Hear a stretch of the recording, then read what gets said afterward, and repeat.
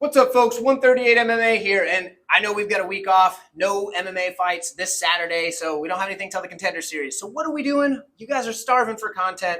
I've got referee Rob here from the Nebraska State Athletic Commission. He's going to talk to you a little bit. We're going to break down some stuff. We're going to talk about his career as a referee. We're going to talk about some topics in refereeing, and after last night's Dana White's Contender series, we've got plenty to talk about. Referees making big mistakes. He's going to give his insight, his perspective on a number of things, and we're going to kind of go over that. So real quick, Rob, why don't you introduce yourself to the crowd, let them know kind of how you got into the sport, you know, how you became a referee, things like that, and then we'll go from there. Sure. My name is Rob. I've been a member of the Athletic Commission for about 5 years. Started because I'm friends with the Athletic Commissioner, Brian Dunn. Knew him through the martial arts world. So for me, started out in Taekwondo, didn't take long to get into Brazilian Jiu-Jitsu, and then I've added some things on top of that, Kachi Kempo and whatnot, but really Brazilian Jiu-Jitsu is what my primary focus is on at the moment.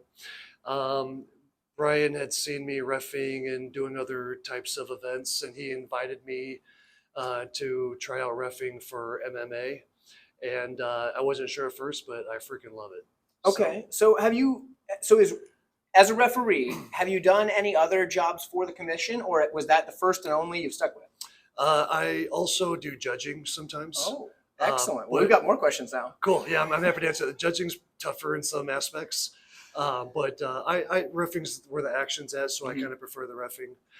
But those are pretty much my two primary roles. Right on. Okay, so that's awesome. So you said you've been a ref for 5 years then.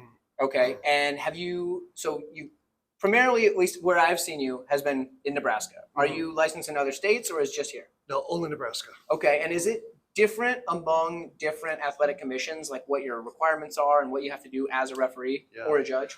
So the rule sets are the same pretty much through all 50 states, unified rules. Some commissions have different rules about you have to wear a suit and tie and those kinds of things in the event. Some have more training requirements than others. So there's some little differences there. But really the difference state to state is probably just the commissioner. You know, the guy on top kind of feeds the culture going downhill. I'm pretty lucky to have Brian as our boss for the commissioner, understands the sport, cares about his people, and does good there. So I can only speak for Nebraska. I've talked with a couple other refs from out of states, and they seem happy with their gig, but I haven't worked for any other, so I can just tell you about Nebraska, and we're pretty lucky here. We have a good commissioner that cares about the sport and cares about the competitors.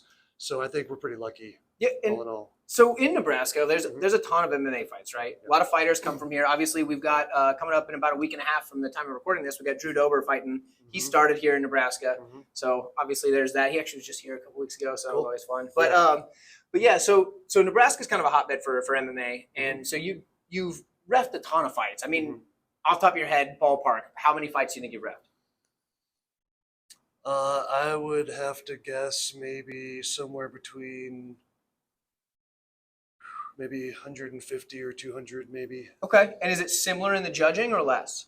Less in the judging, probably less than 50 fights. Less than 50, okay. Judging, yeah. So yeah, like you said, you prefer the refereeing, makes sense. Okay, so cool, that makes sense. So you've had plenty of experience though. I mean, you've been in there with quite a few, and from my personal experience, because I've been to a lot of MMA events here in town, you're the best one in town. Like, I'm not just saying that. I appreciate that. I could have reached out to any ref, but you're the best one. So I've seen you a ton. You do it right. You call it down the middle. You calls it like you sees it.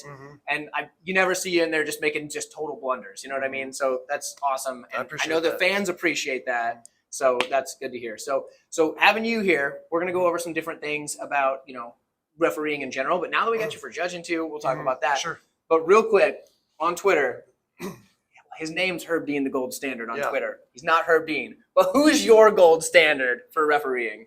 Nationally or worldwide? Just worldwide. It's got to be Herb Dean. There you go. He's right down the middle every time, solid as can be. He's the guy that is best well known to be the quintessential example of what we should be looking for. I'm sure this guy's going to appreciate that response. I'm sure I'm watching this. So. And I don't know Herb, but I respect the hell out of him. Okay, so he's the gold standard. I got you. Okay, so did you happen to watch the Contender series last night?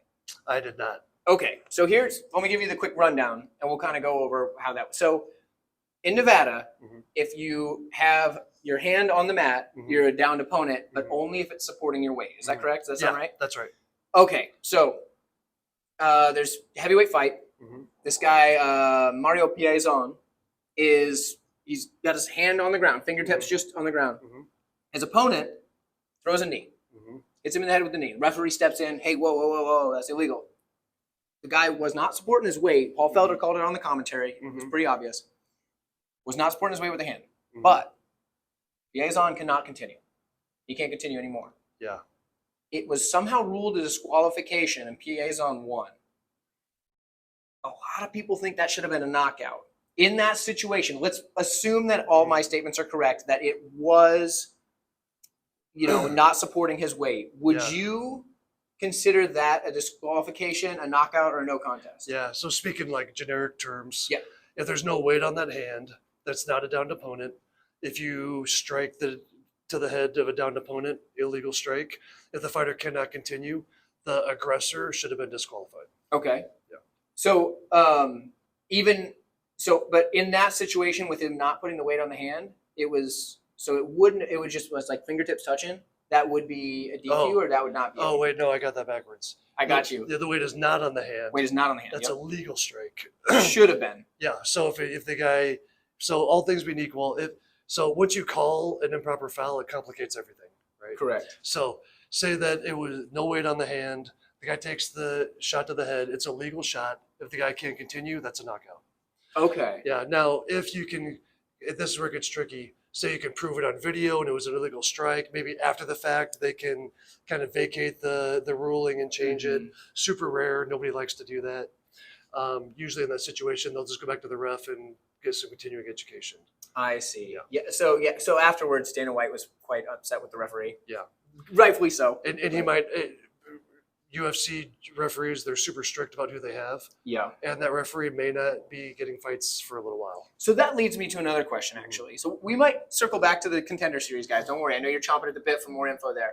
But with the UFC, we see the same handful of referees pretty much every time, especially when they're in the United States. When they're overseas, sometimes you see different. Well, you see the same few guys. What, from your understanding, why is it that they are the same referees no matter what state they're in? Sure. And then also, is there a path to get there, or is there kind of like these are the guys and we don't bring anybody else on? Yeah. So it's like the cream of the crop, refs UFC, and they're invited to go to ref UFC fights or the top level promotions. If they do a good job, they continue to be invited back. If they're making mistakes, then they won't be invited back at all or as often. So the guys you see every week are the guys that are just solid. Week in, week out, they keep their cool. They're not missing penalties. They're keeping everything fair. So the guys you see every time, those are just the best of the best. As far as making it up there, there's no path. Like if say somebody wanted to ref in the UFC, the best you could do is ref at a local state commission and just do a good job and get noticed by the higher ups. As far as I know, there's no phone number you can call to request to be a ref up there. Not that I'm after that.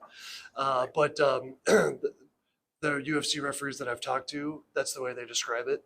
And when you get called up, it's a big honor. And if you make a little mistake, sometimes you don't get a call for a few months. So they're super strict. So that's interesting you say that. So it's funny because like you have to get noticed, right? But nobody usually notices the ref if they're doing a really good job.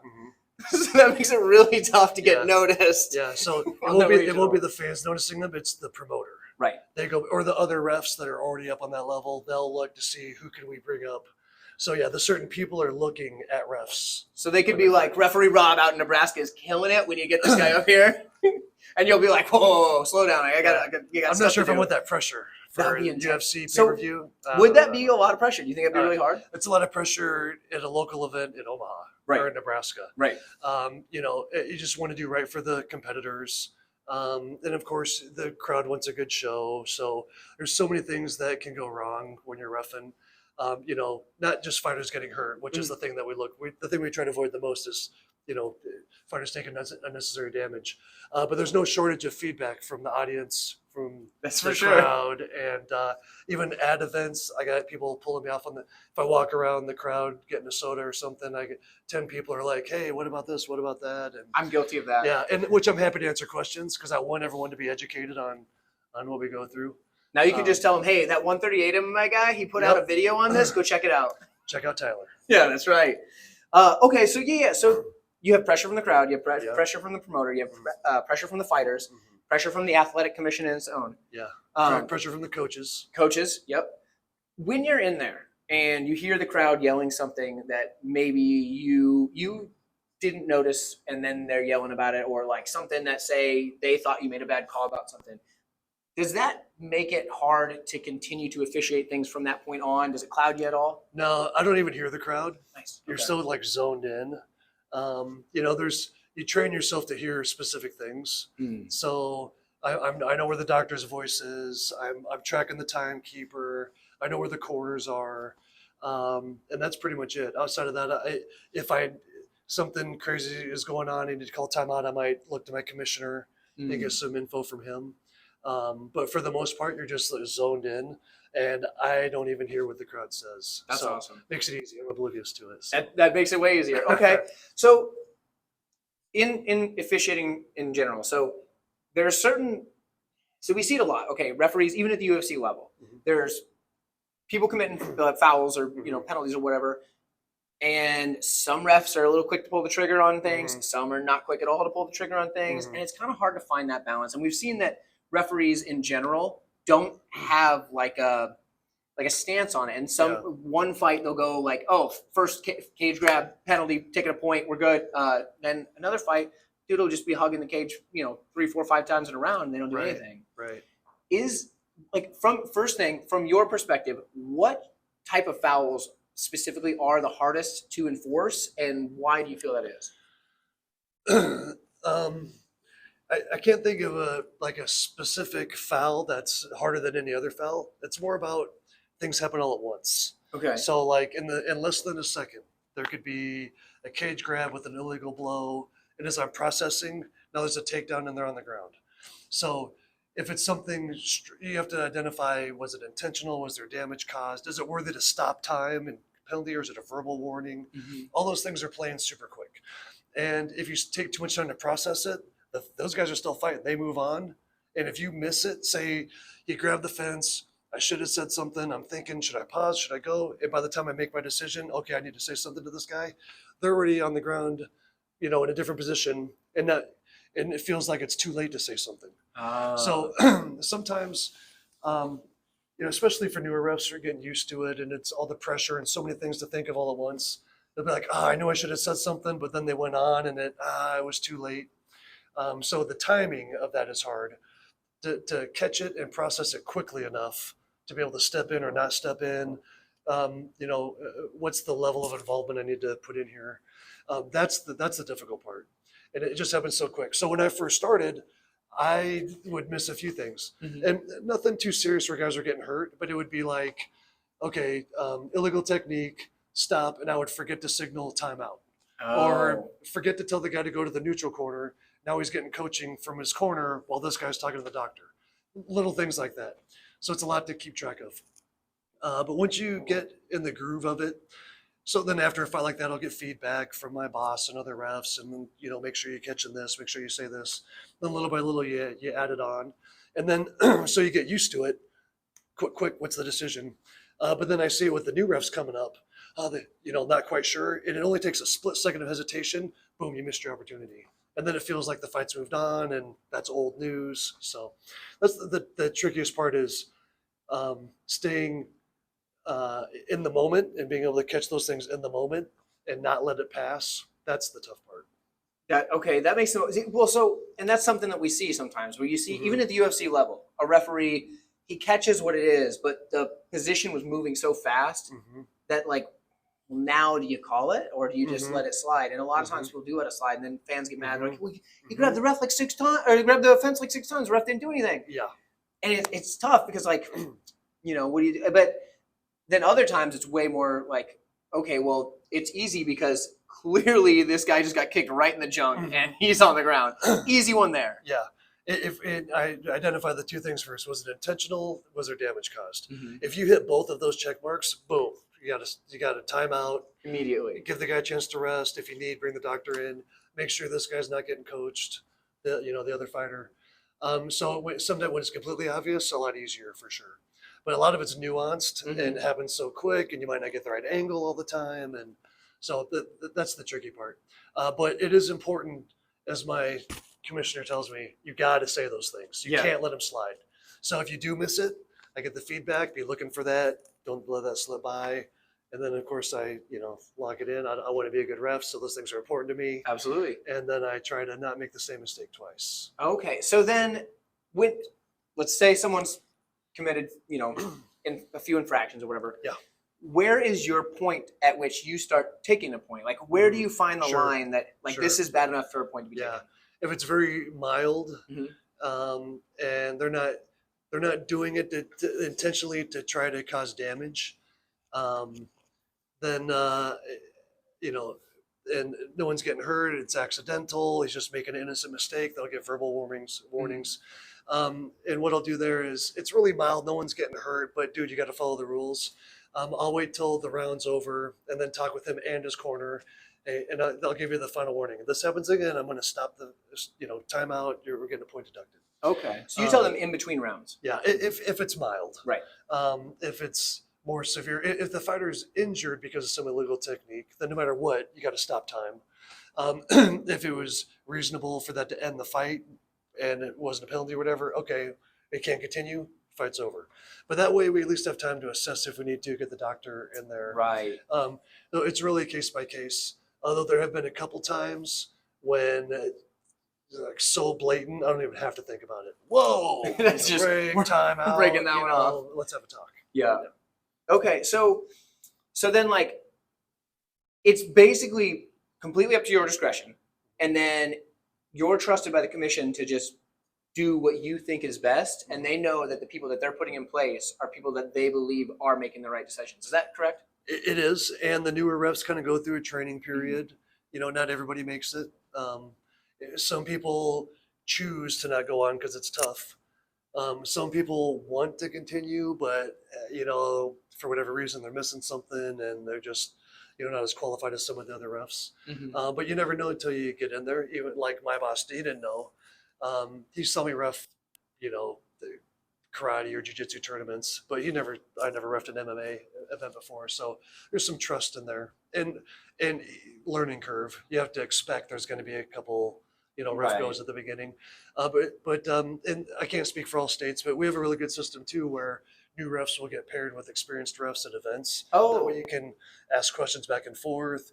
Or sometimes we had an event a couple months ago where me and another ref who was also highly experienced, we were roughing all the matches, but one of the new refs who hadn't worked before ready to try out a couple, so we just gave him a couple of matches in the middle and let him try it out. That way you can, kind of, more amateur, lower stakes, and then talk afterwards, ask any questions you want. So it's a steep learning curve, because you can learn everything through the book and know everything, but then in the moment when you're in there, can you process it quickly enough and make the right decisions while everything's going 100 miles an hour? That makes sense. Yeah. I can't imagine the stress of it. Like, the most referee experience I've ever had is I reffed a church basketball tournament one time that somebody asked me to do as a volunteer. It was incredibly stressful, guys. Like, I swear, this guy's job is more stressful than most of our jobs. Like, I was stressed about this, and this was like little kids basketball, right? And he's in here where people are trying to take each other's heads off, and he's, trying to call it right down the middle. Everything's happening, like a car crash. I'm like calling, traveling fouls for like 6-year-olds. Like, come on. And I was stressed. This dude's in there where people's lives are on the line. And so I understand sometimes refs are gonna mess up, and some refs do it more than others, and then they kind of, like you said, they disappear for a little while. What mistake do you think that refs is the most common mistake made by refs? Like, when they are in there, what do you see the most when you're just watching a fight on a Saturday night or whatever? Yeah, or any day. It'd be like one of the more simple examples, like I talked about earlier, missing some illegal strike, or they might see it but didn't act on it quickly enough, or grabbing the fence, or things of that nature. Pretty often too, they're like, okay, I gotta pause, but they'll forget about the timekeeper. Oh, They're not those type of tracking the other things. fighter. So, but we try to help out with that too. We always have two refs at events. One's inside the cage, one's outside the cage. So when there's a new guy in there, I'm working double time outside the cage to make sure, corral the cornermen back to their spot. Make sure the timekeeper saw that. So you're not just like chilling in between. If you're not reffing, you're actually still working. It's my job to keep the inside the cage. The ref's charge of security inside the cage. Outside the cage, I'm in charge of security when I'm outside the cage. But if there's an experienced ref, one of the guys I look up to, Joe Doherty, refs with us for Nebraska. I look up to him. He's got more experience than me. I like to bounce questions off him. When he's in there reffing, I can just enjoy the show. Okay, Because you don't have he's to got worry about everything that. under control, and I'm ready if something happens. But he's so the guys that have been there so long, they're just so good at it. But yeah, if say it's a new ref, then I'm definitely on point. Minding your P's and Q's. I got you. Okay. So then that leads me to this one. So we've covered all the infractions and things. Like, what about stoppages? Because there's like obviously certain, like if the dude taps out, it's obvious. But like, how do you decide when it's a TKO? How do you decide if the guy is not conscious anymore? Like how do you? What sort of things are you looking for to stop a fight? It basically comes down to being able to intelligently defend yourself. Okay. So you can defend yourself, but not intelligently, or you can be not defending yourself, in which case you're taking damage. And if you take enough damage, then it'll stop the fight. For amateurs, we stop it sooner. With pros, we let it go a little bit longer. Makes sense. And that's with strikes. Sometimes you get the flash knockout where they drop, and but they don't know they're out. They're right back up. But if I see they're out, then it's over. So like if they like the head bounces off the mat type of thing. Yeah. If they drop like a bag of rocks and hit the ground like that, it's over. I don't care how quickly you get up. Now, if you're dropping and you catch yourself and come back up, then I'll let that go as long as you're defending yourself. But you can be completely knocked out, completely unconscious, not realize it, and get back up swinging, thinking I'm your competitor, thinking I'm your We've seen that before in even the UFC level. Yeah, I've had a ton of guys swing on me, tackle me. But it's always slow motion in there, right? So I luckily haven't taken any damage from and they're probably still a little bit off. So you get a grace period. Yeah, we think it's kind of entertaining. So. Yeah. There was, I think it was Bellator. Like it was maybe about a year ago. They were knocked out or whatever. I think when he woke back up, he shot a double leg, took the ref down, and I'm like, that's the craziest darn thing. Yeah. But so I mean that happens because they don't know where they're at. Obviously, they just got knocked out. But and then the other piece is submissions. Yes. I can't. The rules are I can't stop a fight if I see an arm about to break, a heel about to pop, someone's about to go unconscious. My job is to not stop it. If they tap, I'll stop it. Otherwise, it goes to break. I had not too long ago. I had a guy get his arm broken in one of my fights. And did you stop it because it broke or because he tapped? Because it broke. Well, he tapped at the same time. Once it broke, he tapped. But I was already. It was like all at the same time.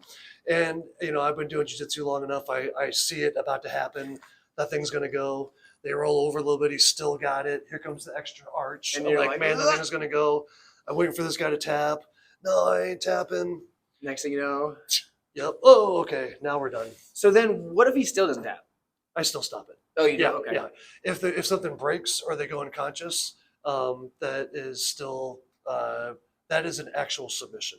So somebody taps, that's a referee stoppage due to a tapping. If somebody can't continue because they're unconscious from a choke or their arm broke, then that's an actual submission. Now, do dislocations count? Because we've seen, I think it was a pretty recent example, Tony Ferguson, Charles Oliveira.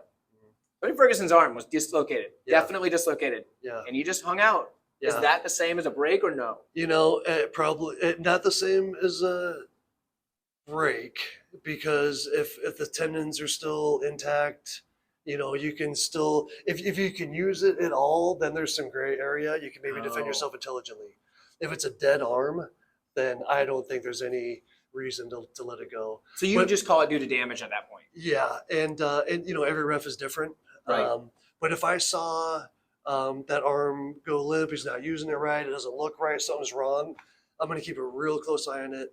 If I see signs he's not able to defend himself fully, then I'll stop the fight. I see. Okay, that makes sense. So, like, it's just discretion, just like most things in Yeah. refereeing. Yep. And that's a hard job. Like when most Yeah. of your job is up to discretion, that's really tough. Yeah. Because like there's no hard and fast on most of this stuff. Yeah. All the referee stoppages are all just up to the referee.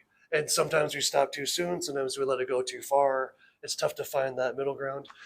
Pretty much every time I have a referee stoppage, after the fight's over, I go talk to my boss. What'd you think? Too soon? Too late? And get that feedback all the time. And Are they usually pretty forthcoming with that? Oh yeah, I am lucky enough to have a commissioner that is 100% honest all the time. Yeah. Okay.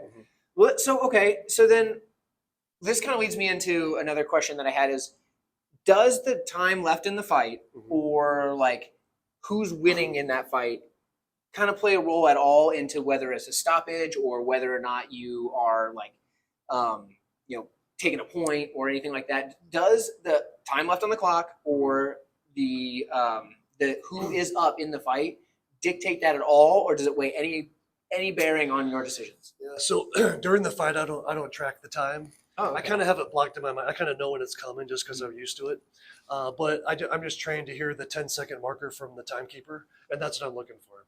So up until I hear that, everything's all equal. Once I hear that, then maybe a little bit of gray area. If I'm almost stopping a fight because of strikes, he's kind of defending, but getting the better of, I'm about to stop it. If I hear that 10-second marker, as long as the damage isn't too great, I might let that go to the bell. But if the damage is being caused, severe damage, or the guy can't defend themselves, then you absolutely have to stop it. Yep. First rule is always protect the fighter. So yeah, so not much wiggle room. Okay. With that, yeah. And is that the same with like, say you got a fighter, it's a 3-round fight, he's up 2 rounds, commits a penalty. Is he like, if I take a point here, it might go to a draw? Is that like, you don't care about that? Doesn't even factor. Doesn't matter? Okay. Nope. So you don't care if the fans are booing that you got to draw out of this thing? I don't hear the fans boo. That's true, right? He doesn't hear them. He doesn't hear them, guys. Yeah. No, I'm looking at, are my fighters okay? Yep.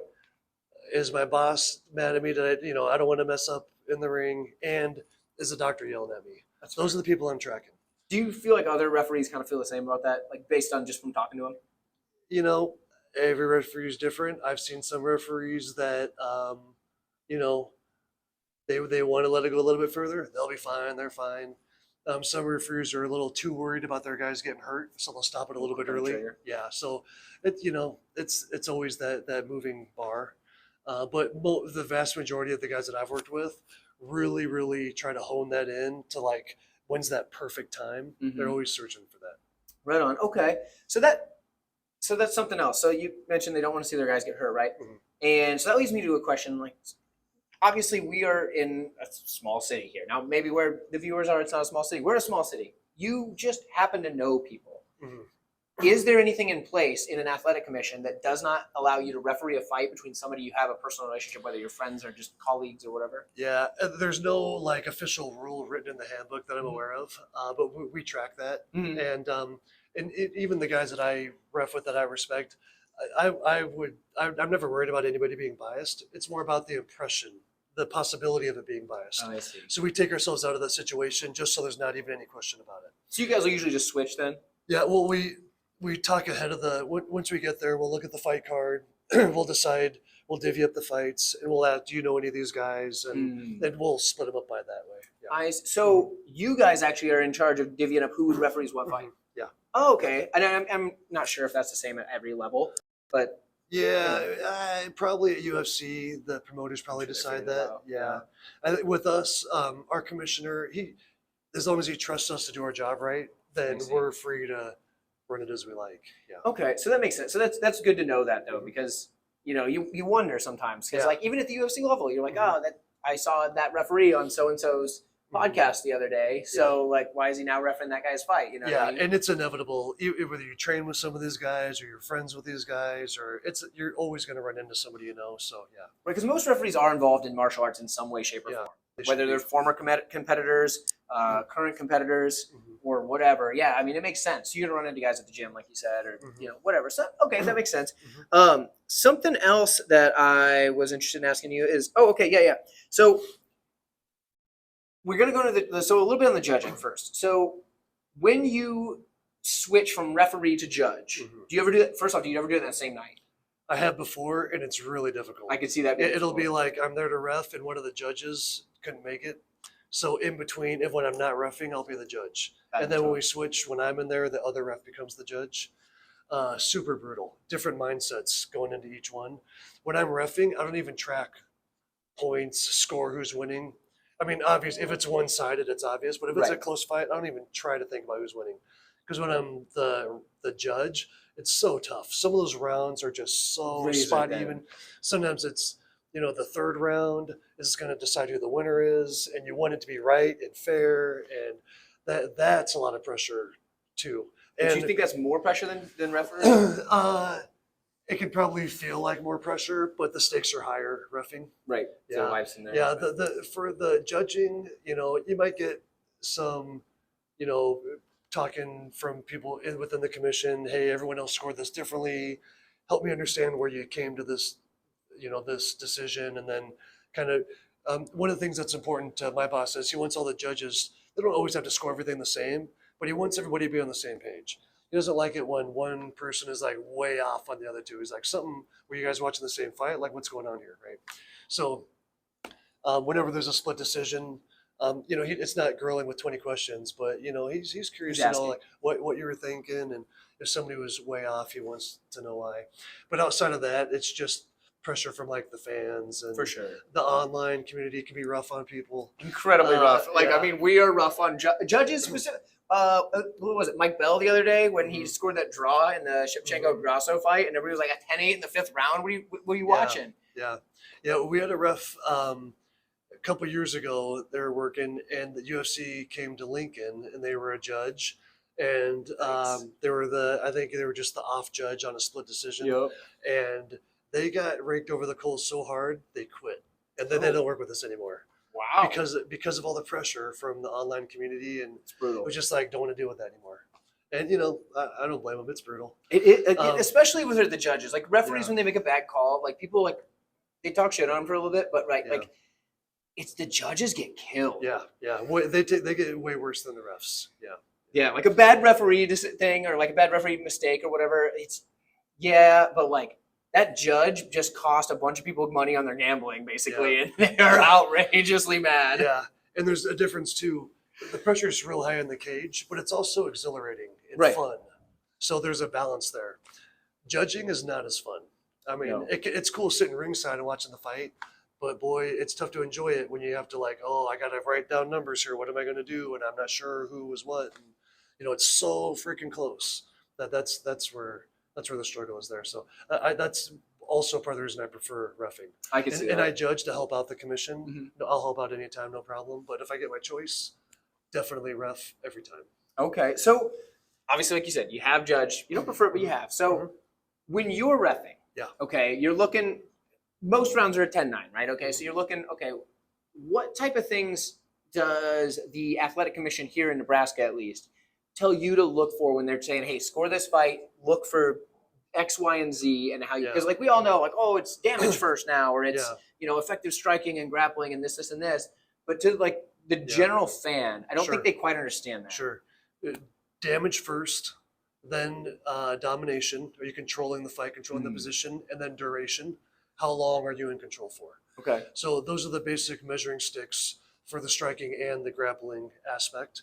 So when I'm judging, first off the bat, who's causing the most damage? And then secondarily, who's in control of the fight more? Usually the same person. Usually. Yep. And then it's what's the duration? Because sometimes you get good fighters, it'll be dominating on one side, and then they get a sweep. Now it's dominating on the other side.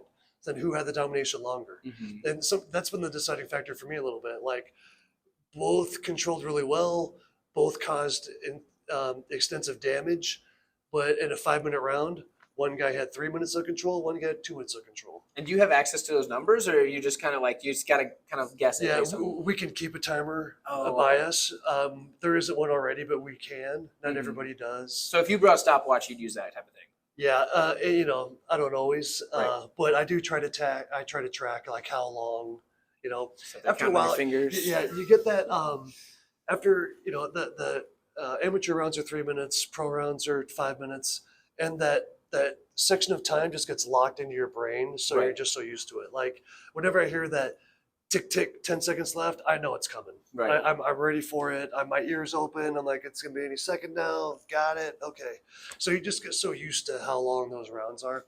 So I can't speak for the other judges, but for me, when I judge, that's it's easier for me to keep an idea of how long that is for each fighter, just because probably because my experience in there with them. Excellent. Okay, so then let me ask you the follow up to that. So damage is first, obviously, Yeah. but is there a point where control, like domination per se, and like time of control overweighs damage? If like Oh yeah. so if it's like 4 minutes of control and then one, Yeah. but didn't land any damage, but Yeah. ate a few shots in the first round. Yeah, like, the way it works typically is somebody will take a hard shot, uh-huh. opening seconds, almost got knocked out, but were able to make their way through it. And then they make a reversal. The entire rest of the round, they're in control.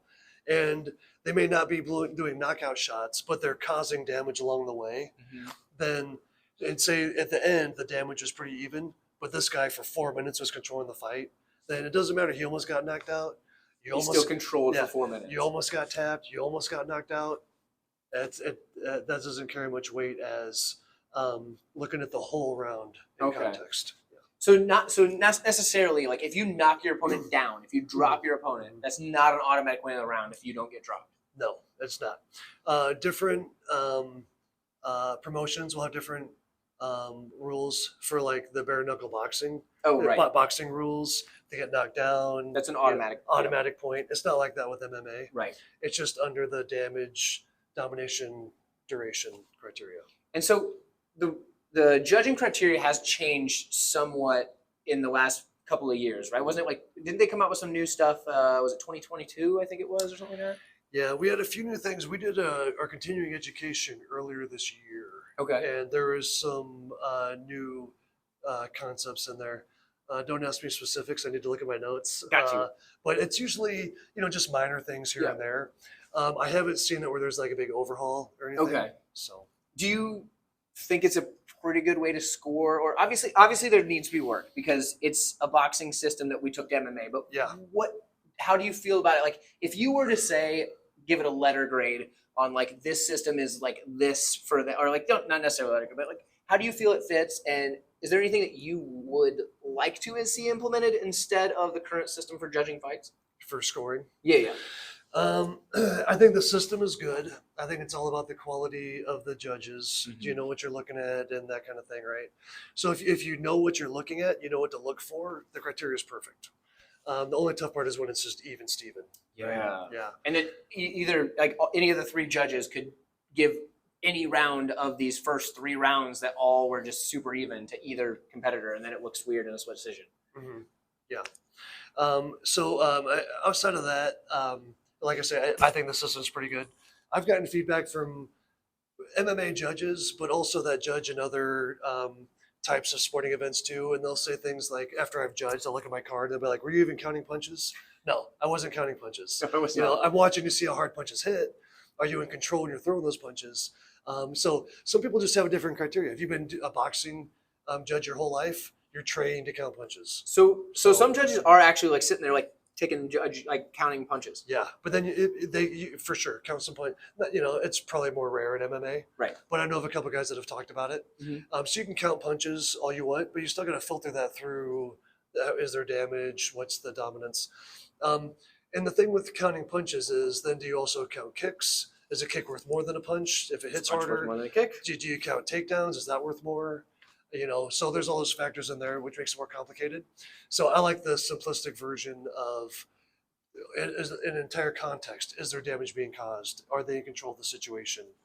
So I do think it's a good system because it simplifies it, but the caveat is the judge has to be pretty well versed in what they're looking at. Well, you also have the constant there's no matter what, you're going to have subjectivity to it. There's going to be human error or there's opinion based, because at this point, I can't even imagine how say AI, for example. I don't even think AI could judge a fight better than a human judge, because there's no way they can really maybe at some point, but how could you even understand the impact of a shot per You se. can't. The AI technology is not that developed yet. Mm-hmm. Yeah. Because you see that like on Twitter, there's the MMA AI judge. Mhm.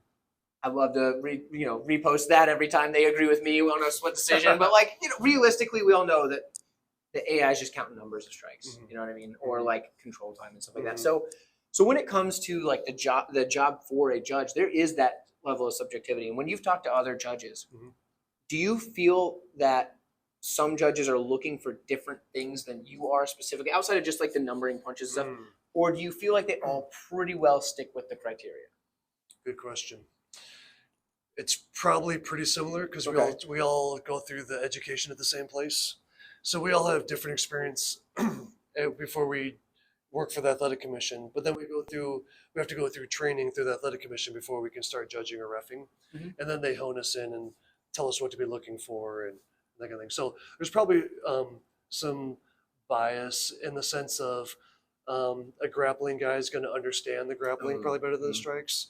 A striker is going to understand the strikes better than a guy that focuses more on the grappling game. So it's good to have both sides of that to be well knowledged. So I would say it probably more like this. People probably have natural abilities to track scoring, whether it's grappling versus striking. But you have to be pretty well rounded overall to be a good judge. So what do for you sure. prefer? I'm a grappler. There you go. There you go. So he favors the grapplers. Hey, he's a grappler. That's why I always tell you guys bet on the wrestlers. So, but okay, so it makes sense, right? Because the grapplers typically are controlling the fight, right? And you can cause a lot of damage when you're controlling. Mhm. I get it. It makes sense to me, but I'm a grappler first and foremost. I know I'm in a kickboxing gym. I'm a grappler first and foremost. It makes sense. So I get it. Okay. Okay, you're judging fights, right? You got, you and Judge B see the fight the same, and Judge C, for example, sees it way off. Okay, they've scored it all 3 rounds for the other guy, and you're looking at him like, what the hell? It's 30-27, this dude. It's happened. What happens then? Like because we saw it. It was what was that? The Rafion Stotts versus Danny Sabatello in Bellator, where Stotts clearly won the fight. One judge gave pretty much every round to Sabatello. I think every round to Sabatello. And everybody was kind of like, what were you watching? Yeah. What happens to that judge in that sense? If it's somebody I don't know, my first question is, how well do you know the guy? Maybe there is some bias there. Okay. At that level, probably not. At Bellator, they're probably solid. They're keeping it locked down. But if I don't know them personally, that's why I like to pull myself out of situations where it might look biased. Because if you don't know the person, that's my first thought. Outside of that, like what we do locally, be like, what did you see there? If it was way off, like, explain this to me. How did you get to where you're at? So other judges will hold them accountable? No, I don't ask those questions. My boss asks those questions. We're more on the level playing field. So I'll ask, but it won't be like, explain yourself. It'll be like, this is what I got. What were you thinking in round 1? You're comparing notes. Like, help me understand. Like, yeah. Not like judgmentally. Right. Just like trying to understand it. Yeah. And then the commission will come to them?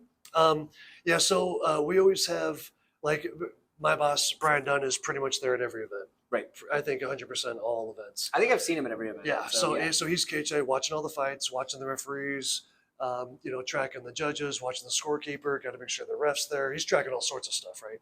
Or making sure the doctor's ready to go.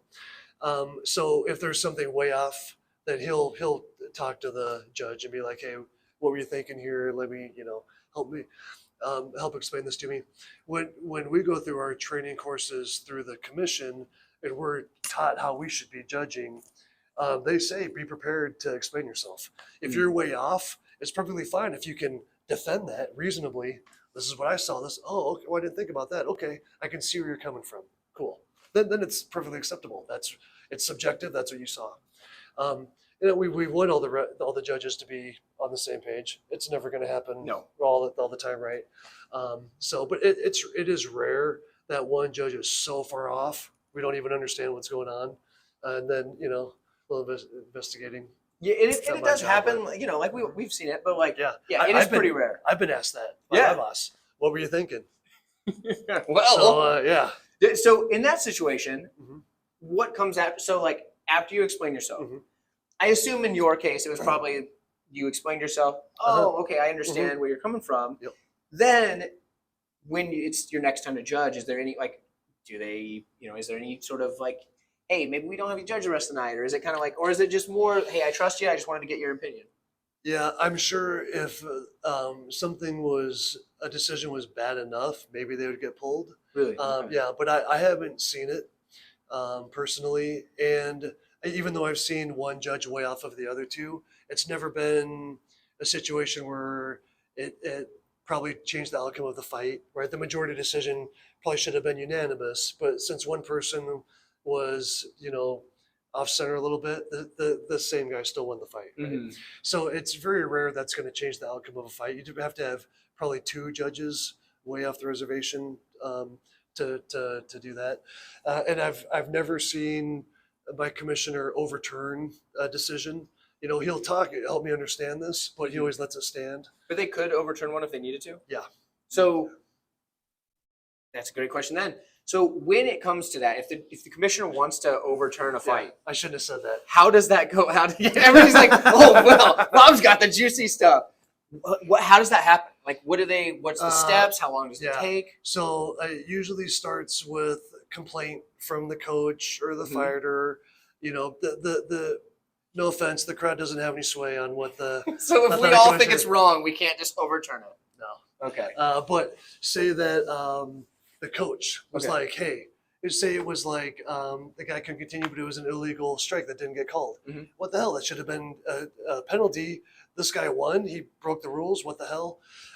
So if you can, look over, everything's filmed. So you go back and look at the video footage. And if it was blatant enough, and that was a wrong call, then it can be overturned. Okay. Now it's super rare, especially because judging a fight is subjective. Yeah, and everybody wants, if their fighter lost, they want it to be overturned. Mm-hmm. But usually there's no, weight behind the whatever accusations they're making, so they don't make it past the gate. If somebody wants to overturn a fight, first of all, be part of the event, be a coach. Don't be a fan. Okay. If you're a fighter, tell your coach. Have your coach. I wear black shirts when I ref. My bosses wear the red shirts. The red shirts are the guys that have that kind of power. Those are the athletic commission higher ups. Okay. Make sure that you really want to talk about it. Make sure you have your arguments in advance and be respectful if you want a chance.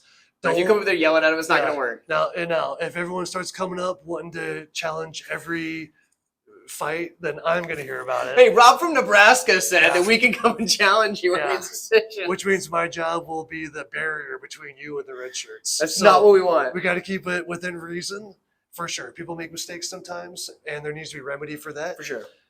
It just, most of the time it's good, and we don't want to set an example of like now all of a sudden you can replay every fight. It can't be like that. So the final say is the athletic commission, though. Yeah. Okay. It is. And how long does it take to overturn? Is it like there's like an appeals process to this, or is it kind of just like, nah, man, that was a bad call. We're flipping that right now. I don't see it very often. Yeah, it's probably pretty rare to have it be that night. Usually, so it'd be a later. Yeah, later date. If it's already an official decision and we're gonna change that, I'm sure that my commissioner wants to think long and hard on that before he does it. Yeah. But and he's the ultimate authority. He knows more about this than any of us refs and whatnot. So for him to consider it means it's a serious thing to consider. And I trust his opinion 100%. So you guys should too. There you go. Okay, so you heard it from Rob. Don't throw him under the bus. He didn't tell you all to go start yelling at the commissions to get stuff overturned. Okay, so that's cool. So, all right. So you've reffed, you've judged, you've done all the things. When you are in there and you're doing this, obviously it's exhilarating, whatever. Mm-hmm. After when you're done, when you look back on the event, can you watch it back as a fan, or is it hard as heck for you to go and like watch something that you've reffed or judged? So the night of, I am wiped. Okay, fair enough. Go home, eat, go to bed. That's my schedule. I don't mind watching events that I've reffed before. When I do, I'm not watching the fighters. I'm watching me. Mm-hmm. Right. Did I catch everything? Did I make a mistake? I'm my own worst critic. But I don't usually go back and watch the event. It'll usually be like somebody will send me a clip. Oh, I saw you roughing. Here's the thing. And I'll be like, cool. Let me see if I did good or bad. Yeah, like on this clip that's on everybody's like social media. How am I doing here? Right. The one that went viral. I'll go back and look at that. that. So That makes yeah, sense. so I don't mind watching the footage. I don't make it a point to. If I make any mistakes, I hear about it at the event. Right. Yeah. So Have you ever had the crowd get unruly with you because of that? the crowd's definitely been unruly after a decision, after a ref stoppage. Sometimes there's like a fan favorite that they might not win. It's a big deal. Sometimes there's fights in the crowd. Sometimes people throw chairs. It can be bad sometimes. It's rare, but Yep. you know, so not very often. That's probably happened from events that I've refed. You know, I just don't realize it at the time. Right. I'm just like Like in you the said, you zone. tune out the crowd anyway. Yeah, and then it's like, okay, Joe's in, cool, boom. I step out, like, what's going on? Oh, crap, everyone's all up in arms, huh? Oh gosh, Oh. wonder what happened. That was me. Okay, when I miss, right? So then I get filled in. Right on. Okay, well that makes sense. So I guess coming to a close pretty soon here. A couple of finishing thoughts. So for your career in reffing, where are you looking to take it? Do you want is it just a hobby for you? Do you want to ref the bigger shows? Yeah, What's up? it's more than a hobby because I take it real seriously. Right. I'm not worried about reffing bigger shows. It's kind of fun to work the UFC event when they come to Omaha. Mhm. I haven't reffed a UFC event. I was probably too inexperienced when they were coming through before. Right, they haven't been here in a long time. Yeah, the last time they came through, I was a judge, and I felt the pressure on that. So you judged the UFC Yeah, event? the last time they were in Lincoln, I judged that. Wow. And I didn't hear any. I'm not an online guy, so I don't hear about any feedback online. There you go. You can't hit him up online. So there might have been pressure from the online crowd from there that I wasn't aware of. But just knowing bigger audience, higher stakes, I feel the pressure with that. Did you ref or did you judge multiple fights on that UFC event when they were here? Yeah. So when you ref a card, you ref the whole fight, the whole card all day. Yep. Yeah. Okay. Oh, so you judge every single fight? Oh yeah, I'm talking judging. Yeah. When you're judging, you stay the whole time. You judge every fight. Okay. When we're reffing, well, usually every 2-3 fights we'll switch out. Oh, I see. Yeah. Okay, so when you were at that event and you're judging the UFC guys or whatever, did you feel that like the UFC had more, I guess, more to say about you, like about your job than like your normal regional events that you ref? They probably did, but I didn't hear about it. They Right. probably talked about that with my commissioner Brian. Oh, okay, yeah. And Brian takes those things really seriously. But and he didn't say anything different to me, or to any of us, as far as I know. But that's probably because he just wants the same standard, whether it's UFC or not. He expects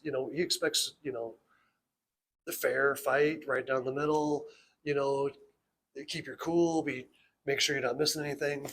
It's a high standard. But even if it's like a local, all amateur a promotion, same. He wants the same level of quality for sure. For sure. So Okay. he didn't say anything to us. We felt it Right. for sure. Yeah, you feel that pressure. Yeah. That's a big deal because, Yeah. I think I was at that event.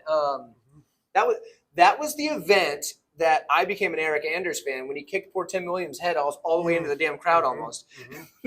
I became a big Eric Anders fan that night. Yeah. So Yeah. and you were judging that fight? Yeah. And you think that one didn't go to judge? And you feel the pressure too in those events because it's a bigger production. Oh, for sure. More cameras, more crew, more. We have more people on staff to walk the fighters down to the cage and all that. So it just feels like a bigger event. And More that's probably the people biggest event you've ever reffed then, or judged then? I'm sure it is. Yeah. And have you ever reffed an event like of that magnitude, or just been as like in that judging? Have you been there? Yeah, not UFC, not any like national promotion. I haven't reffed anything like that. Just local promotions. The bigger, there's been some bigger events, probably not UFC size, but Right. there's some pretty good promoters in town that pull together a pretty big crowd. For sure. And Yeah. So, I guess ballpark. What do you think the biggest crowd you've ever had to ref in front of is? Judging is obviously way bigger. Yeah, hard to say. I'm probably not good at counting numbers in the crowd. More or less than 10,000. More. I'm guessing, maybe 30, 40,000, maybe. That's huge. Yeah, when we do events in Lincoln at the event center, they can fill it up pretty good. And I honestly have no idea how accurate that number is. I'm just, Ballparking. pulling numbers out of my my brain. So That's wild. Okay, so do you feel like at those bigger ones, do you feel more like an ant under a magnifying glass of all these people, or like, I mean, I know you block out the noise, Yeah. but do you feel that like everybody's staring at you? yeah, as a judge before and after the fight, you're just feeling that pressure on the back of your neck. Not as bad when you're a ref. No, I felt it a little bit, but it's pretty rare. That's fair. Yeah, I don't really feel that so much, and I'm not really sure why that is. Maybe my mindset's a little bit different, where I'm just more tuned into the fighters more than the crowd, I guess. It's just a little more relaxed in between the matches when you're a judge, so you have time to chit chat more and that kind of stuff, and you kind of feel it once the bell rings and the rounds going, though, it's all that disappears and you're just focused right in. That makes sense. So say Herb Dean watches this interview right now, and he goes, "Man, that referee Rob from Nebraska is killing it. I love everything he said. I'm gonna go talk to my guys. We're gonna have him all the events. He's UFC level. He's coming to the events." Do you do it? Do you drop your day job and go full on UFC ref? Not sure if I could drop my day job just because that's the Jiu-Jitsu Academy, Right, and that's what brings me joy and happiness. Now, if they offered me to fight or to ref at a higher level, I'd accept it for the experience. I'd be flattered that they think I'd be, capable of doing those things. But it's not something I look for. Right. For me, I want the show to go well. I want to prevent unnecessary injury to fighters, fair down the middle. That's important to me because the crowd wants a fair fight, and the person in there, they have to care about that. And I wasn't ever looking to be MMA ref. I hadn't even considered it until Brian talked to me, but I do enjoy reffing. And I asked him a couple of questions like, why me? And he was like, I just think you'd be good at it. You have lots of experience. I trust you to be honest. And I was like, okay, let's give it a try. And kind of a rough start, but man, I love it. It's really it's become definitely an exciting thing that I look forward to. And so I'll get the assignment a week or two in advance. I'm like, sweet, let's do it. And then when I get there, I'm nervous. Like the anxiety that I feel is I don't want to make a mistake where I miss something and somebody gets seriously injured. Right. Or permanently injured, which is rare, but it happens. Like that's the anxiety I feel. What if one of my guys goes to the hospital? What if he's something, I mean, they're in there trying to kill each other, so it makes sense. Right, yeah. So that's where I feel the anxiety, and it's not obviously not crippling or anything. It's just something I'm aware of, keeps me on my toes, so make sure I'm not slipping. Yeah. So okay, that makes sense. So last major question is more about judging on this one. This is one thing that I was going to bring up earlier and I forgot. So when judges, like we were talking about how they, have a bad scorecard or whatever, something that's not right. Do you think it would be a good or bad thing for judging or the sport in general if those judges then had to give like a public statement? Or do you think it's better that it goes through the commission? No, you do not want judges giving public statements, and judges do not want to give public statements. Their job is difficult. They're under a lot of pressure. Let them do their job. If you have a complaint against judges, talk to the boss. So MMA Twitter, it was when the Shevchenko and Grasso draw. Everybody was calling that, commissions need to give a public statement, make that judge say, and I'm like, man, I don't know if that's a good idea. You heard it from an actual MMA judge. You don't want that, guys. Talk to the commissioner. They're the person. They can explain it. We did see that the Nevada State Athletic Commission, after that fight, was going to go over how to score a 10-8 round. They were going to do like a thing on it, which I think was a good move by them to publicly say that this is what we're going to do moving forward for this. I'm sure that ref or that judge is going to be judging again. But like you say, you might not get a call for a little while. So yeah. That makes a lot of sense. Is there anything in particular that you think I might have missed that you would love to let the people know that might make your job easier as a ref or a judge, or save the backs of guys like Herb Dean out there that are getting that scrutiny all the time? Understanding that the referees have a difficult job, kind of, trying to look at it from their perspective. helps a lot. There's nothing new that I'm probably going to tell you guys that you haven't heard before or anything like that. It's just that you can know about it in your mind, but until you experience it, you really don't know what you're looking at. So, you're unhappy with a ref because, you didn't like, you thought he stopped the fight too soon or anything like that. I would say first, remember, their job is to protect the fighter. If they do stop something, it's probably because they were trying to protect the fighter. Helping that, keep that in context will help a lot. And then, until you walk a mile in their shoes, it pays to pay a little empathy because it's just tough to understand what we go through for sure. And I don't want to complain like it's, woe is me for sure. I choose to do it. It's fun. I look forward to it. But it is grinding and definitely, it puts some stress on you. And when I'm done reffing for the night, I am wiped. Just mentally exhausted. Completely. I guess, okay, last question. Sure. If somebody out there is watching this and they're like, gosh, being a ref or a judge sounds like an awesome idea, how do you recommend that they go about that process? Who do they talk to, and how long is that process to become one of those things? Sure. So the point man is Brian Dunn. He's the commissioner for the Nebraska Athletic Commission. And that'd be the same in most states, probably. Just talk to the athletic commission. Yep. So, I don't want to give out his phone number online, but, you can find him through most of my fans the aren't website. even from here, so it's cool. Cool. You can, check out the website. You can, find him that way. You can inquire, hey, I want to be a ref. Every other year we do continuing education where Brian brings in people, and then we do, it's a 1 day of ref training, 1 day of judge training, and the judges only do the judging. The ref only does the ref training. Some guys do both. So, you can ask if you want to be in. Brian will probably have some questions, qualifying questions. I'm not sure what they'd be. The next step would be come to the training class, which is every other year. So basically, they're not hiring all the time. They're only hiring every other year. Yeah. At least here. Especially for refs and judges, because you have to go through the training. So we had our training this spring. So if you were to want to apply right now, you might be a great candidate, but you're going to wait till spring of 2025 before you can even take the class. Wow. So it's actually pretty hard to get in as a ref or a judge just from the time commitment. Like, you have to wait that long. Yeah. And is that the same in most states, or do you not know? Probably, but I'm not sure. And to put it in bigger context, say I have to wait 1.5 years for my training. That's on top of the 5, 8, 10 years of experience I need of training before I even ask. So if you want to be a ref or you want to be a judge and you don't train at all, join an academy and start training, get some experience, stick it out for 5 years, then give it a try. That's awesome. I appreciate the time. Mm-hmm. The fans are probably going to appreciate, hey, like this video on your way out. I know some of you have forgotten already, but those of you that have, I appreciate the heck out of you. You guys are awesome. Do that. Like the video.